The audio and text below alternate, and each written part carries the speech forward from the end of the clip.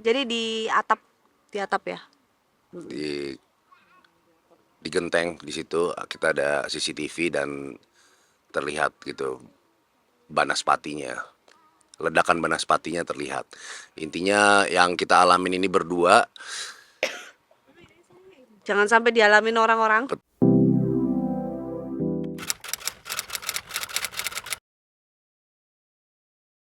Ya sebenarnya 5 tahun pernikahan itu adalah pernikahan yang paling masa-masa yang paling diuji ya 5 tahun. Kata orang kan 5 tahun kalau bisa ngelewatin terus. Apa ya, suka duka kita banyak banget ya 5 tahun ya. Banyak banget, dan mengenal kamu lebih dalam lagi, saling Iya. mengenal.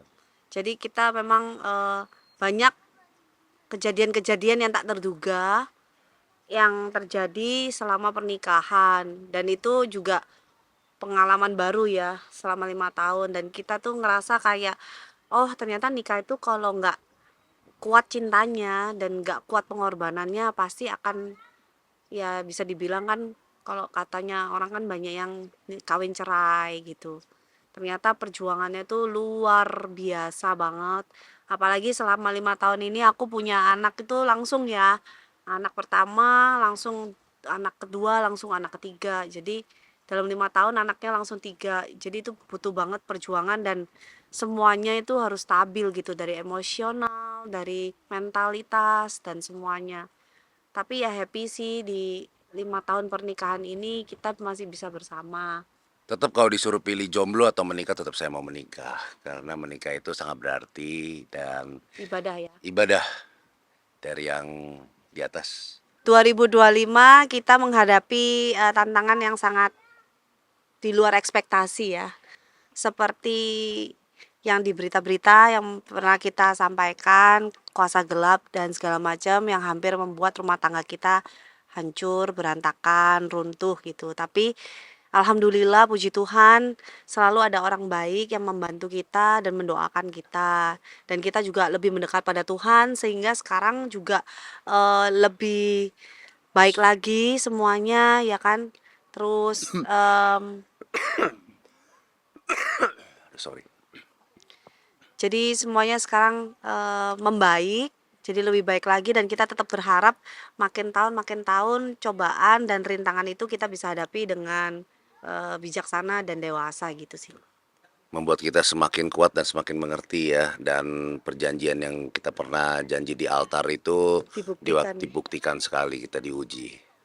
Yang terberat itu waktu kehilangan, waktu Angela sempat keguguran, itu berat. Dan juga waktu itu perekonomian kita juga sedang diuji dan benar-benar di luar ekspektasi. Dan juga saya sebagai pria yang dulu lama jomblo gitu, antisipasinya itu sangat di luar ekspektasi sehingga sangat-sangat berat. Tapi untung ada penyertaan dari istri saya Angela yang sangat pengertian, yang I cannot ask for more than your attention, dan juga penyertaan hadirat Tuhan yang menyertai sehingga kita selama 5 tahun bisa melewati sampai 5 tahun ini dengan solid.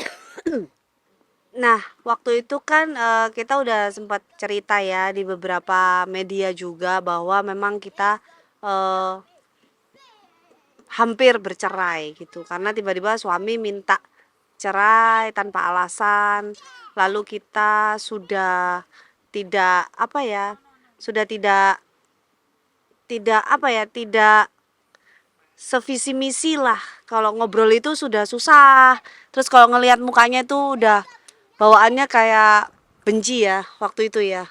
Ternyata memang pas kita mau hampir bercerai itu kita kan banyak konsultasi kan, dan terus banyak berdoa juga. Ternyata itu semua adalah buatan orang, jadi bukan dari kitanya sendiri gitu. Jadi memang benang merahnya seperti itu. Ternyata kita juga baru tahu oh buatan orang itu untuk menceraikan itu bisa ya lewat ilmu-ilmu gaib. Kita bilangnya santet ya, kita bilangnya kuasa gelap, untuk memang menceraikan pasangan gitu. Nah, siapa yang mengirim itu pun kita sudah tahu, dan kita cuma maafkan aja supaya pada bertobat. dan kita harus berjuang membuktikan bahwa kita tidak kena lah ya, seperti itu. Dan kita juga sempat kemarin tinggal nggak di Indonesia, kita tinggal di Australia waktu itu ya untuk menghindari hal-hal tersebut gitu. Karena udah lumayan parah. Parahnya tuh separah apa sih? Parah, parahnya itu sudah terlihat di CCTV. Kemudian sudah mulai merembet kemana-mana ya, ke mental, terus ke ekonomi, terus habis itu ke usaha. Udah katanya tuh udah ketutup banget lah gitu. Yang kelihatan di sisi waktu itu apanya sih waktu itu? Kalau di CCTV itu selalu kelihatan bola api. Nah, bola api itu kan katanya merenggut nyawa ya. Tapi alhamdulillah puji Tuhan kita nggak ada yang sakit. Anak-anak juga sehat semua. Cuman kemarin sempat merenggut nyawa anakku yang ketiga, yang keguguran. Itu aja sih. Jadi di atap ya. Di genteng di situ kita ada CCTV dan terlihat gitu banaspatinya, ledakan banaspatinya terlihat. Intinya yang kita alamin ini berdua. Jangan sampai dialamin orang-orang. Betul, dan tayangan-tayangan yang di YouTube yang biasa ada tentang apa mereview tentang kejadian-kejadian gaib itu ya kita alami itu semua. Iya. Sehingga disitulah kita yakin bahwa wah ini benar-benar ilmu gaib ini yang kita dapati Hadapi gitu. gitu. Dan itu unexpected banget karena kita nggak ada kepikiran untuk ke sana gitu. Dan susah banget juga kayak membuktikannya kan gitu. Jadi kita memperkuat diri dengan berdoa, mendekatkan pada Tuhan dan minta tolong sama yang di atas untuk mengirimkan orang-orang yang membantu kita untuk mendoakan kita juga gitu. Efeknya lumayan banyak ya. Bukan cuman keluarga yang bentrok, bahkan teman-teman bentrok semua. Jadi Dicoba dipecah belah lah ya semua yes, sebisa mungkin kan namanya roh jahat roh jahat itu kan memecah belah, mengapa menghancurkan. mendakwa, menghancurkan. Jadi sempat kayak pertemanan kita juga dihancurkan, kemudian kesalahpahaman dalam keluarga juga ada, fitnaan juga ada. Jadi campur aduk lah gitu. Tapi kita tahu, kita sadar itu bukan bukan pure, bukan asli dari orang-orangnya, tapi ini ada kuasa lain yang membuat seperti itu.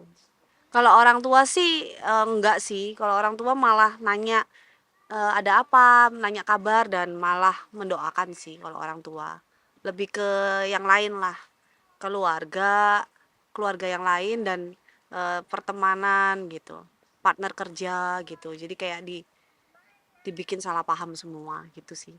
Sebenarnya kalau ke bisnis ada dampaknya, tapi lebih lebih lebih apa ya? Menyasar ke rumah tangga lah Iya, intinya. lebih lebih kuatnya itu ke perceraian itu, gitu, ke hubungan pribadi ya. Karena dari serangan yang ke rumah tangga itu otomatis kan pembawaan kita kan emosional. Jadi kalau sampai kantor pasti udah nggak fokus sehingga itu mengganggu kinerja kita waktu sedang menjalankan bisnis kita. Iya, Itu itu sih aja lebih sih. kayak efek samping dari serangan yang ada di rumah. Tapi waktu itu kan tadi Kak Angela bilang itu yang kuasa itu ngerenggut anak yang ke Iya, Betul. kok taunya dari Ketiga. mana itu? ketiga. Ya, Itu taunya dari adalah orang yang bisa melihat ya. Memang beberapa orang, aku kan nggak percaya ya orangnya, tapi pasti ada pakar-pakarnya, orang-orang indigo yang bisa melihat itu dari 5 orang bilangnya sama semua. Jadi memang yang tahun 2024 2025 itu berat banget karena menyebabkan anakku yang ketiga itu meninggal. Jadi eh, cukup berat buat kita dan sangat kaget lah. Dari situ kita belajar untuk lebih tone down, tidak mengumbar kebersamaan asmara yang luar biasa gitu, dan juga kita belajar untuk lebih mendekatkan diri pada Tuhan dan lebih dewasa. Oh iya, kalau saya sangat nggak percaya dulunya, tapi sekarang saya jadi percaya ada ilmu-ilmu gaib itu. Iya, jadi kemarin kan sempat 2024 2025 ya, mungkin banyak orang yang kayak nggak suka sama kita atau kita pernah menyakiti secara tidak sengaja, jadi mereka membuat, kiriman-kiriman yang tidak terlihat itu, terhadap kita lah, terhadap rumah tangga kita. Jadi kepengennya kayak biar cerai ya, Iya. cerai, hancur, seperti itu. Cuman ya alhamdulillah puji Tuhan karena banyaknya support, banyaknya doa dan memang besarnya cinta kita berdua, jadi, perceraian itu tidak terjadi gitu. Dan ini pembelajaran sekali buat pasangan-pasangan juga di sana bahwa nggak semua keharmonisan, kebahagiaan mungkin perlu dikit-dikit diumbar di sosial media, kan banyak di luar sana juga